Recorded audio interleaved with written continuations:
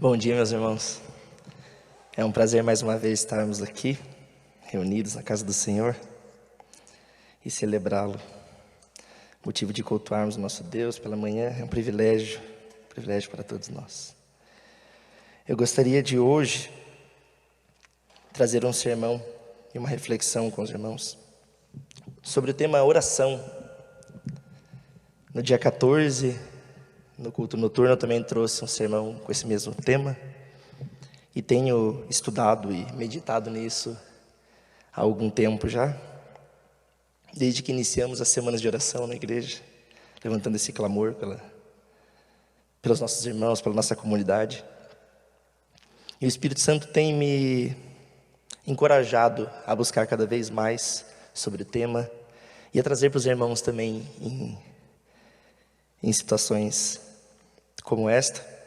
Eu gostaria de ler a passagem que está em Mateus 26, do versículo 36 ao 45. O título dessa passagem é Jesus no Getsemane. Em seguida, Jesus foi com eles a um lugar chamado Getsemane e disse a seus discípulos: assentai-vos aqui, enquanto eu vou ali orar. E levando consigo a Pedro, e aos 2 filhos de Zebedeu, começou a entristecer-se e a angustiar-se. Então lhes disse: a minha alma está profundamente triste até a morte. Ficai aqui e vigiai comigo. Adiantando-se um pouco, prostrou-se sobre o seu rosto, orando e dizendo: meu Pai, se possível, passe de mim este cálice. Todavia não seja como eu quero, e sim como tu queres. E voltando para os discípulos, os achou dormindo, e disse a Pedro: então nem uma hora pudestes vós vigiar comigo? Vigiai e orai, para que não entreis em tentação. O espírito, na verdade, está pronto, mas a carne é fraca. Tornando a retirar-se, orou de novo, dizendo: meu Pai, se não é possível passar de mim esse cálice, sem que o beba, faça-se a sua vontade. E voltando, achou-os outra vez dormindo, porque os seus olhos estavam pesados. Deixando-os novamente, foi orar pela 3ª vez, repetindo as mesmas palavras. Então voltou para os discípulos e lhes disse: ainda dormis e repousais? Eis que é chegada a hora, e o Filho do Homem está sendo entregue nas mãos de pecadores. Esse relato é o que antecede o momento da traição de Jesus Cristo por Judas. Então esse é o momento onde Jesus se retira e vai buscar na presença do seu Pai. É o momento onde Jesus vai até o Monte das Oliveiras, vai até o jardim do Getsemane, convida Pedro, Tiago e João, filhos de Zebedeu, seus amigos mais próximos, seus discípulos mais próximos talvez. E a palavra diz que ele é tomado por suas emoções em Marcos, no capítulo 14, que narra a mesma passagem. Iremos ler logo essa passagem. E aqui diz que Jesus é tomado por suas emoções, sentimentos de pavor, sentimentos de angústia. Mas uma palavra me chamou a atenção ali, 2 palavras: alma triste. Diz que Jesus estava com a sua alma triste, havia tristeza em sua alma. E eu comecei a perguntar para o Espírito Santo e para mim mesmo, o que fez Jesus se sentir dessa maneira? O que fez Jesus se sentir triste, angustiado? Talvez a sensação de saber o que estava para acontecer, o cumprimento do seu ministério, a conclusão da sua estadia aqui nessa terra. Sabia sobre a cruz que iria enfrentar. Como homem, Cristo foi sujeito às mesmas tentações que experimentamos no nosso dia a dia. Em Hebreus 4,15, gostaria de pedir para o Isaac abrir.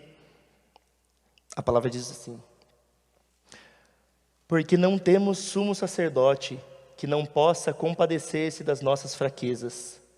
Antes, ele foi tentado em todas as coisas, à nossa semelhança, mas sem pecado. Ou seja, tudo aquilo que já sentimos, toda aquela aflição que já sentimos na nossa carne, Cristo também padeceu dessas mesmas tentações. Cristo também foi sujeito às mesmas dores, às mesmas angústias, à mesma tristeza, porém sem pecado. E aqui eu trouxe no conceito grego e hebraico a definição da palavra alma. No grego, onde Mateus relata o evangelho, o termo psique, nosso ser, lugar de pensamentos, emoções e razão.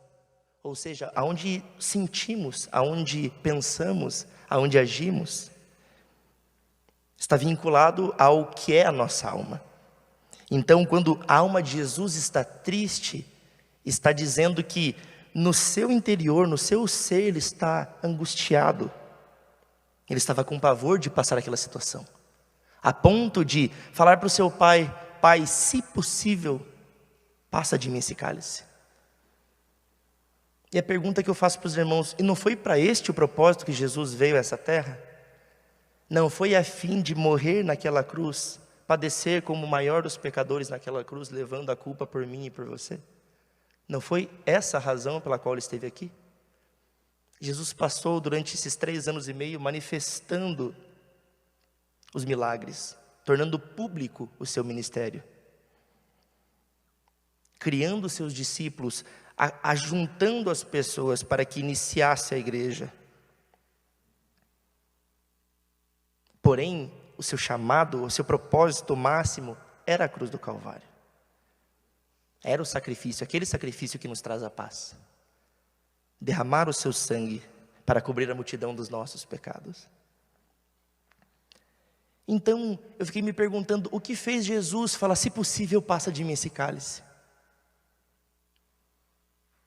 E no decorrer do texto, analisando em Marcos e Lucas também, que narra a mesma passagem, eu vi que essa parte carnal de Cristo, essa parte material de Cristo, como estava sujeito às mesmas paixões, o medo tomou o seu coração, o medo tomou o seu corpo, a ponto de ele pedir para o seu pai: se possível, passa de mim esse cálice. Do hebraico, nefesh, fôlego de vida, nossa identidade individual, lugar das emoções. Quanto à atividade da mente, duvidoso, lugar de dúvida. Aí mais uma vez a pergunta me veio: mas Jesus teve dúvida daquilo que ele veio fazer?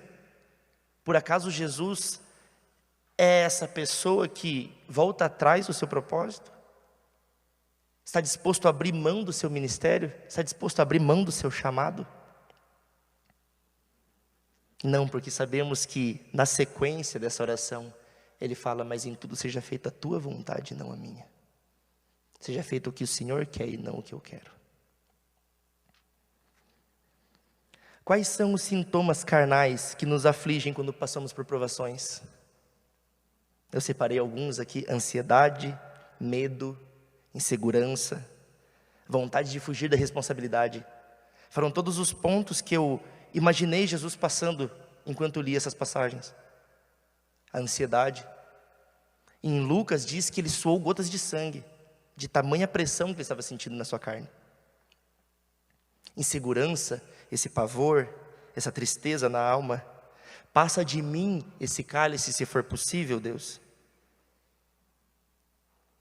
Quantas vezes nós falamos: Senhor, não deixe que eu passe por essa provação, não. Senhor, por que está acontecendo comigo? Senhor, o que está faltando na minha vida? O que está acontecendo? O que de errado tem em mim para estar passando tamanha provação?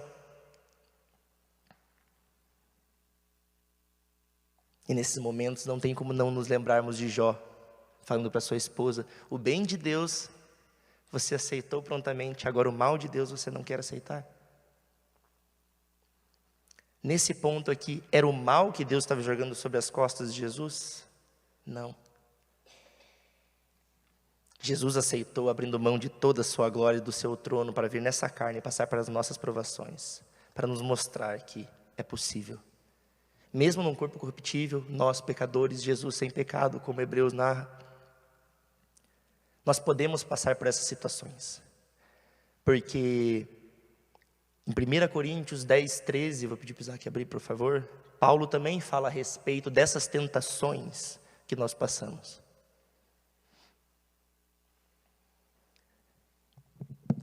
Não veio sobre vós tentação que não fosse humana, mas Deus é fiel e não permitirá que sejais tentados além das vossas forças. Pelo contrário, juntamente com a tentação, vos proverá livramento, de sorte que a possais suportar.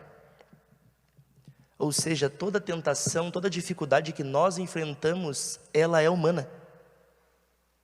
Em nenhum momento nos sobreveio tentação que não fosse humana. Jesus mesmo pedindo para Deus, afasta de mim esse cálice. Ele estava pronto para que, se fosse aquilo mesmo, e ele sabia que era aquilo mesmo que Deus tinha reservado, para aquele momento e para o seu ministério, e para o seu propósito aqui nessa terra, que fosse feita a vontade do Pai. Eu queria ler as passagens em Marcos, capítulo 14, dos versos 32 em diante. Então foram a um lugar chamado Getsêmani.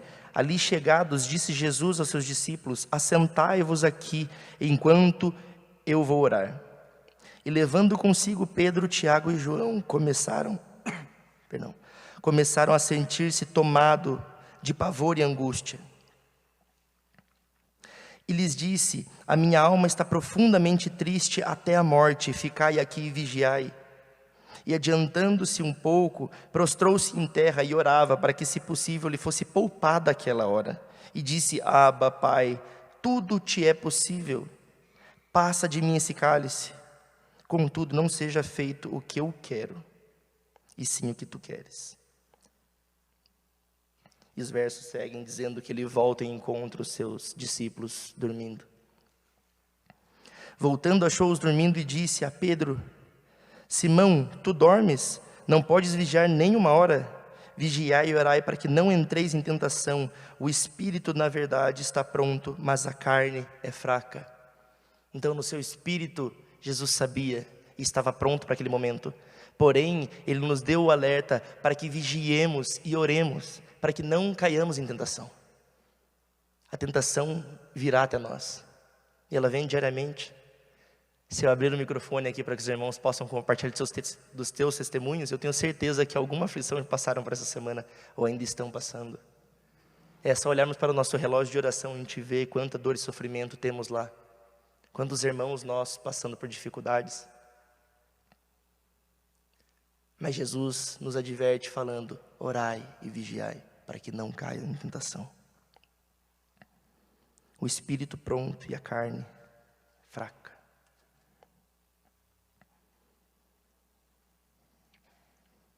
O ponto de abrir mão, de pedir para o seu pai passar isso adiante, porque relata que tudo te é possível, foram as palavras de Jesus. Tudo te é possível, e de fato não é. Se fosse mesmo da vontade do Pai, Ele não poderia passar aquele cálice? Poderia deixar de Jesus beber daquele cálice de amargura, passar por todo o sofrimento? Porém, é o plano de Deus que está em ação nesse momento. Havia sido profetizado por Isaías, por tantos outros profetas, de que a cruz era o destino de Jesus. Porém, não parou por ali, Ele foi ressurreto no terceiro dia. E Ele nos ensina que oremos e busquemos cada vez mais, que não nos cansemos, nem caiamos no sono, que por aquela hora vigiemos para não sermos tentados. Paulo reforça dizendo que toda tentação que sobreveio a nós, ela é humana. Nada sobrenatural tem nos afligido. Essa tentação carnal, nós podemos lutar. Mas com base no quê? Com base numa vida de devoção a Deus, com base numa vida de devoção a Jesus. Jesus, antes de se preparar oficialmente e manifestar oficialmente o seu ministério, Ele jejuou por 40 dias. Ele sucumbiu às vontades da carne, todas elas. Todos os irmãos aqui acredito que já tiveram um momento de jejum, e como é difícil jejuar. Às vezes um jejum intermitente de meio-dia já nos deixa nervosos, com fome, falta de raciocínio. A baixa do açúcar também nos faz ter dor de cabeça. Jesus passou por 40 dias jejuando e orando. privação de sono no deserto, sem ninguém por perto, tendo fome e sede. E foi nesse momento que Satanás veio até ele, dizendo: mas tu és o Filho de Deus? Mande que transforme essas pedras em pães. Se alimente, não fique nisso.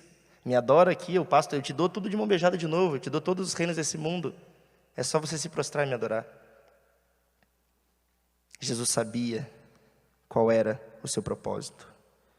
Jesus estava claro no seu chamado. Jesus sabia que havia de padecer na carne toda a dor que estava proposta para nós, que estava sobre nossos ombros.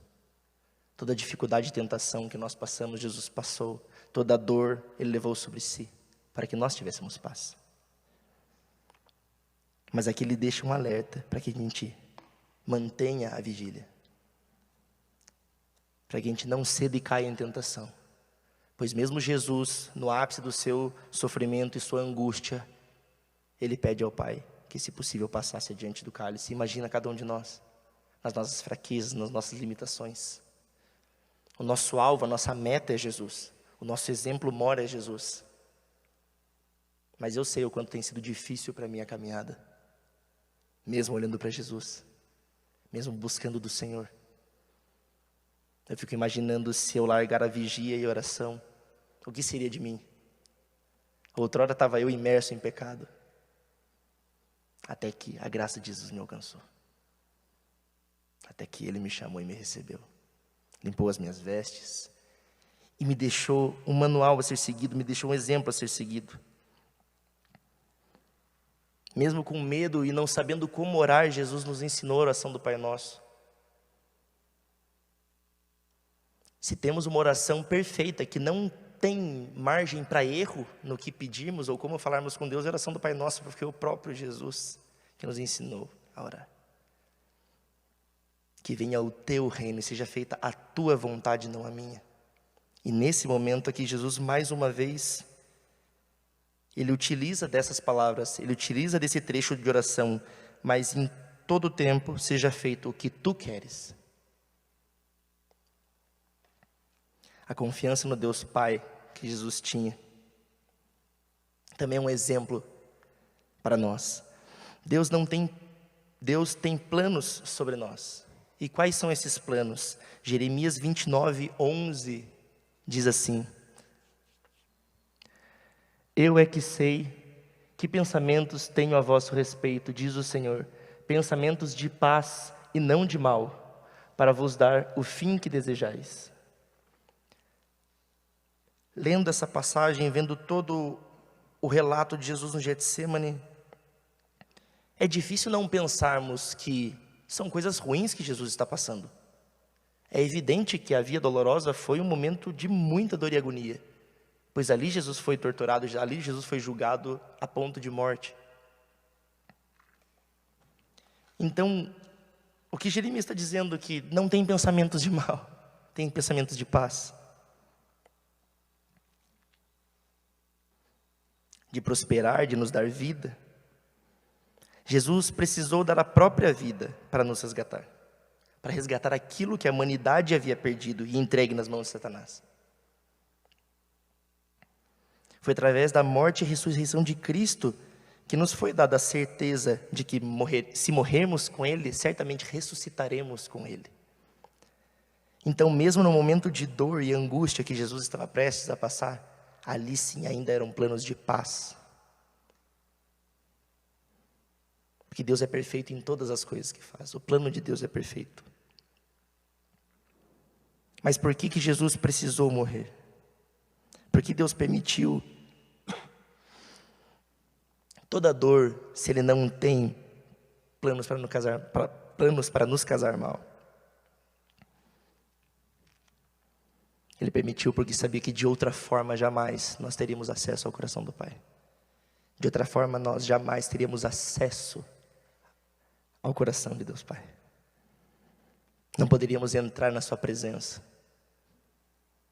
Porque tamanho pecado que nos consome, entrando na presença de Deus, certamente morreríamos. A Bíblia relata momentos que Moisés pediu para ver a presença de Deus, ver a Deus. E Deus falou, não, você não pode ver isso, teu corpo não suportaria. Agora, com o sangue aspergido da cruz do Calvário sobre nós, nos torna justificados perante os olhos de Deus. Então, quando Deus nos olha, Ele vê o sangue que Jesus derramou por cada um de nós. E Ele nos considera justos e santos na presença dEle. Então, por esse motivo, foi necessário que Cristo padecesse de tanta dor.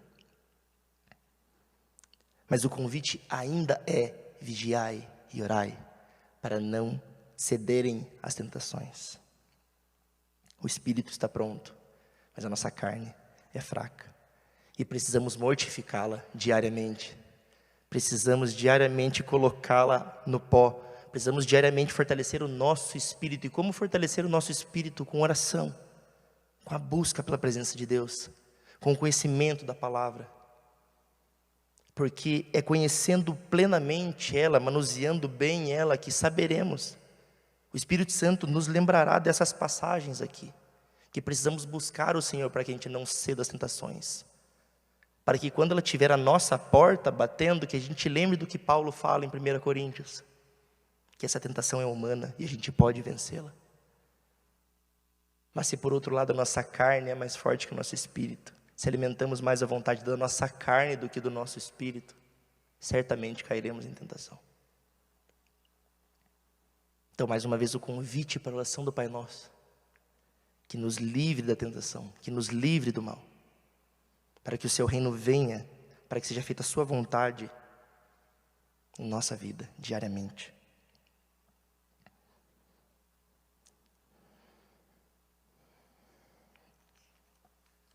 Jesus, desde a sua infância, já era movido por fazer a vontade do Pai.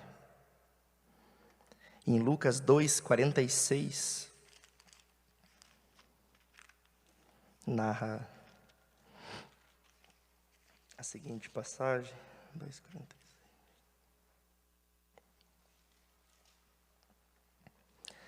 Três dias depois, o acharam no templo, assentado no meio dos doutores, ouvindo-os e interrogando-os. Seguindo, e todos os que ouviam, muito se admiravam da sua inteligência e de suas respostas. Aqui é o momento onde Jesus, ainda quando criança, está na sinagoga. Após os seus pais e toda a caravana que vinha até Jerusalém para a Páscoa, Maria e José e todos os seus parentes terem deixado ele, não notaram a falta de Jesus no caminho de volta para casa. E esse retorno, após cair a ficha que Jesus não estava com eles, foi de um dia. E durante 3 dias o procuraram e aí sim encontraram ele no templo. E Jesus diz, ainda quando criança, me é necessário fazer a vontade do meu Pai. E pergunta para sua mãe, você não sabe que eu tenho que fazer as coisas do meu Pai? Que eu preciso estar aqui? Que eu preciso buscar? Que eu fui chamado para esse momento? Que eu cheguei na plenitude desse tempo para fazer a vontade do meu Pai? E a palavra diz que todos os sacerdotes e aqueles que estavam reunidos ficaram perplexos com a tamanha inteligência que aquela criança tinha. Então o convite essa noite, me perdoe, o convite essa manhã é para que busquemos a presença do Senhor. Para que busquemos fazer a vontade de Deus. Para que nos conectemos com o nosso chamado em Cristo. E em todo o tempo buscando das orações. Para não falharmos quando nos vier a tentação.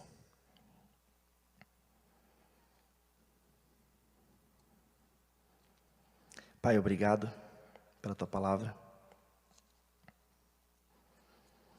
Obrigado pelo Teu ensinamento, Jesus.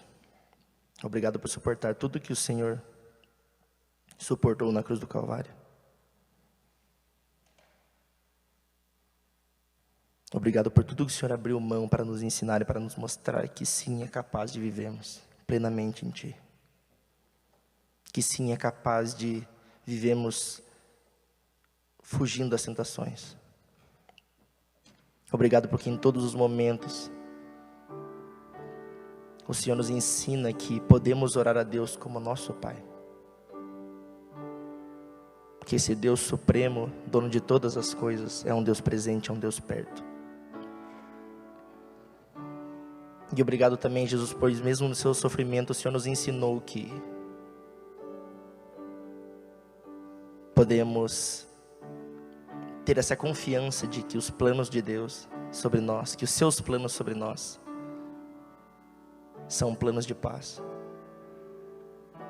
são planos de prosperidade, são planos de vida, e que a tua vontade, Senhor, é a vontade que precisamos buscar, é a vontade que precisamos lutar diariamente para conquistar. Que a gente possa cada vez mais viver no centro da sua vontade, Senhor. O Espírito Santo nos aproxime cada vez mais da sua presença.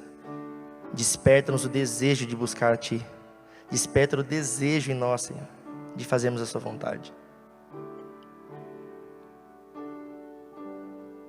Que em todo tempo essas palavras, ó Pai, estejam no nosso coração, para que a gente não venha pecar, Senhor, para que a gente não seja sujeito às tentações, para que a gente não ceda a essas tentações, porque em todas as coisas o Senhor nos fez mais que vencedores, ó Pai. Então que nos ajude a buscar cada vez mais a Tua presença, em nome de Jesus.